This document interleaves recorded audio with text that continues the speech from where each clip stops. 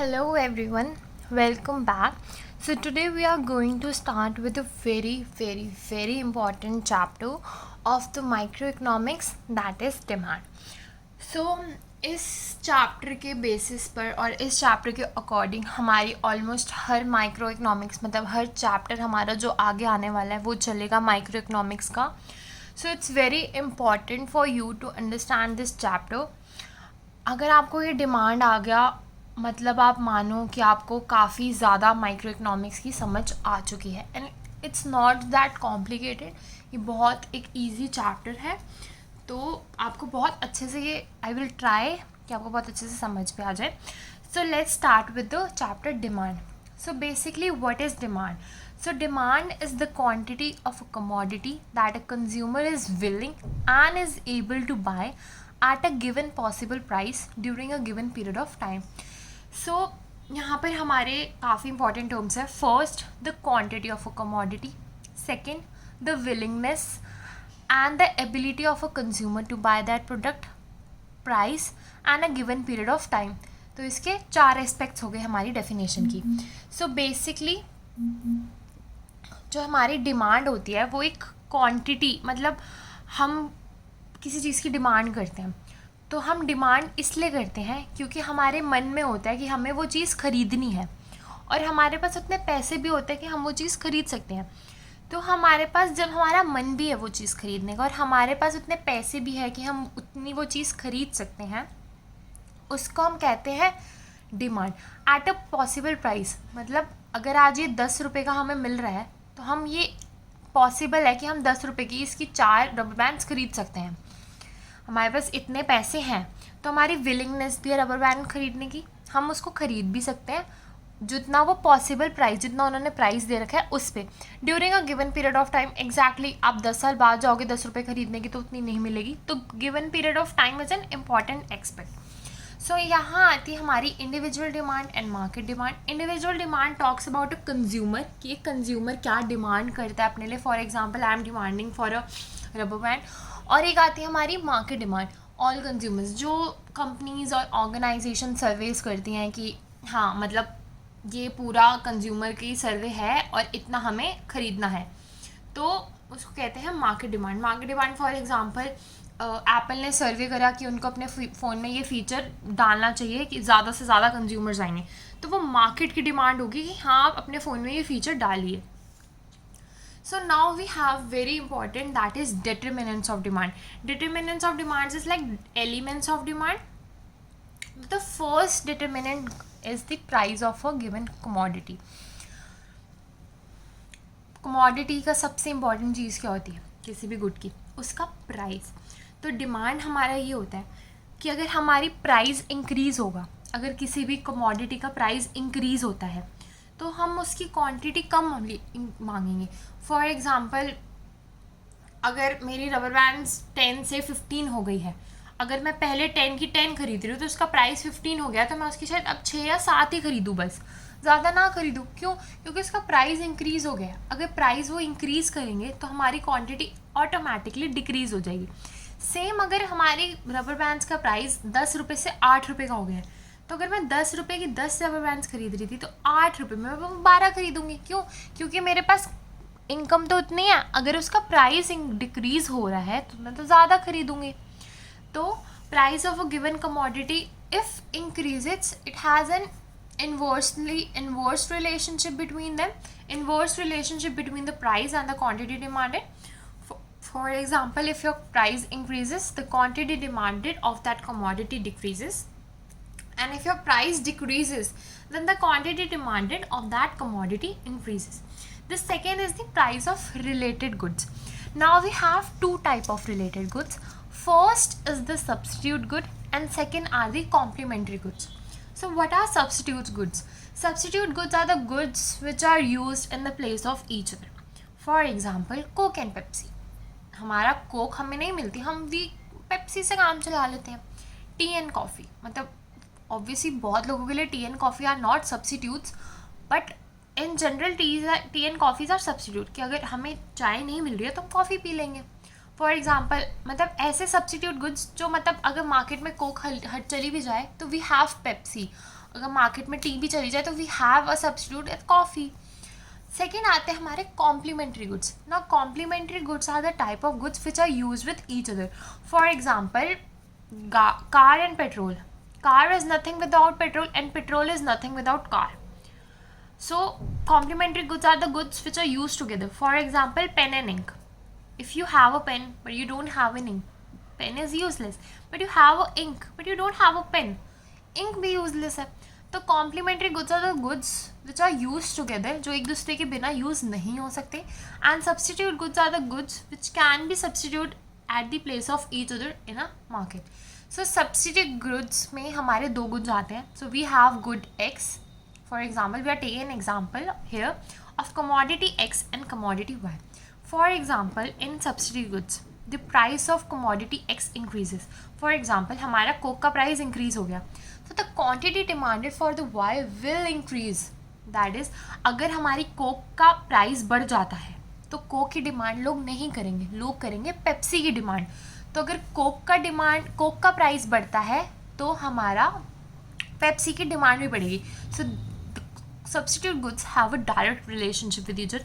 If the price of a commodity X increases, the quantity demanded of the another commodity will also increase. Same as vice versa. अगर Coke का price कम हो जाता है तो हमारी quantity demand जो Y की होगी वो कम हो जाएगी. क्यों? अगर कोक का प्राइस कम हो गया तो लोग क्या खरीदेंगे? लोग तो कोक खरीदेंगे, लोग पेप्सी क्यों खरीदेंगे? So this is like if the price of a commodity X decreases, the quantity demanded of the commodity Y will decrease as well. So complementary good. As I told earlier, complementary goods are the goods which are used together. So if the price of commodity X increases, for example, if the price of cars increases, the quantity demanded of the petrol will decrease. For example, let's take a simple example of pen and ink. अगर हमारा ink का price बढ़ गया, for example let us take the commodity X as ink.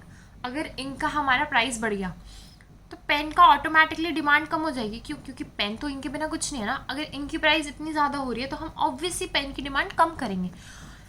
So this is an inverse relationship. So the substitute goods have direct relationship between them and the complementary goods have inverse relationship between them. For example, अगर ink का price हमारा decrease हो गया, अब ink के price decrease हो गया तो हम पेन्स की डिमांड ज़्यादा कर सकते हैं, क्योंकि इंक का डिमांड इंक्रीज हो गया तो हम ऑब्वियसली पेन ज़्यादा खरीद सकते हैं. So the quantity demanded of the pen will increase. So here we have the second determinant, that is price of related good. First is the substitute good and second is the complementary goods. Moving towards third, that is the income of consumer. So now the income of a consumer is we consider is at a fixed. Now income of the consumer में हमारे पास दो type के good आते हैं, normal goods and inferior goods.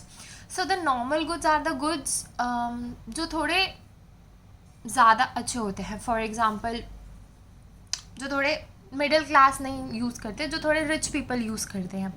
For example, they are not day to day on the basis. For example, if you short from H&M, they are not inferior goods, they are normal goods. Normal goods मतलब जो महंगे होते हैं, जो ज़्यादा income, जो rich class people use करते हैं.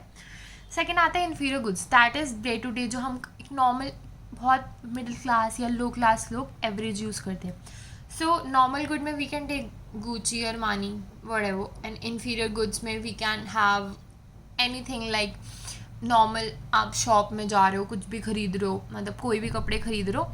So that is the difference between the normal goods and the inferior goods. Now talking about the normal goods. अच्छा, अगर हमारी इनकम ज़्यादा होगी, for example I am having a income, a very good income I must say, अगर मेरी बहुत अच्छी income है तो ऑब्वियसली मैं नॉर्मल गुड्स ज़्यादा खरीदूँगी, क्योंकि if I can afford a expensive one I will buy it. अगर हमारे अमीर लोग होते हैं जो they go for Audi and Mercedes and not for Alto and K10. Why? Because they can afford it. So if income of a person increases, it will buy more normal goods.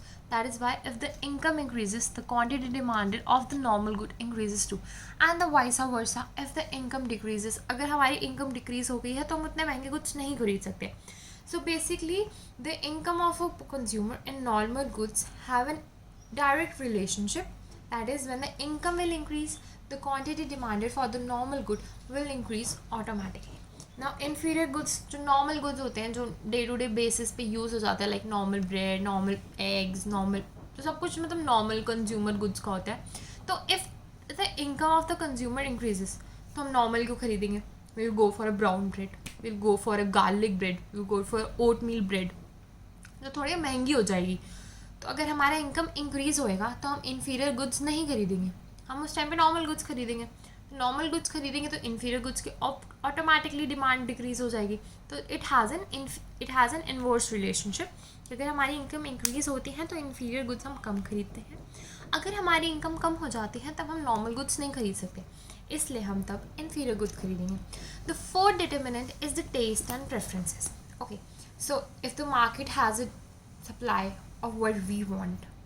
For example, if plazos is in fashion, girls will buy it.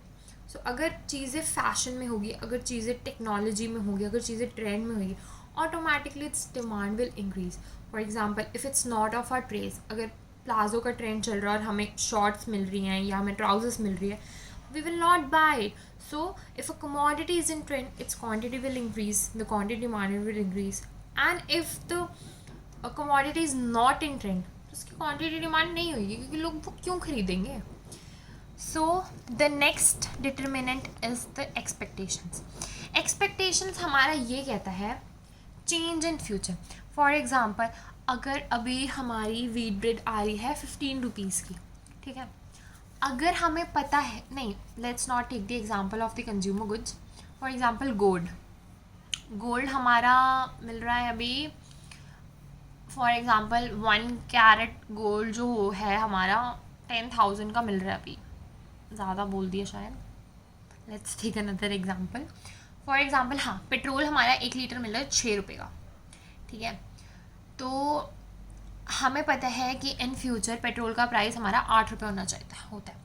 हम अभी उसकी बहुत ज़्यादा ख़रीद लेंगे. अगर हम 6 रुपये का मिल रहा है, अभी हम उसको फिल करवा के अपनी गाड़ियों में रख लेंगे, कैंस भर लेंगे. क्यों? क्योंकि अभी वो 6 रुपये का मिल रहा है और एक्सपेक्टेड है कि वो इन फ्यूचर 8 रुपये का मिलेगा, तो महंगा क्यों खरीदे. तो ऑब्वियसली अभी प्रेजेंट में उसकी डिमांड बहुत ज़्यादा इंक्रीज़ हो जाएगी, क्योंकि फ्यूचर में एक्सपेक्टेड है कि उसका प्राइस बढ़ जाएगा. और जब प्राइस बढ़ जाता है तो क्वांटिटी डिमांड हमारी अब ऑटोमेटिकली डिक्रीज़ हो जाती है.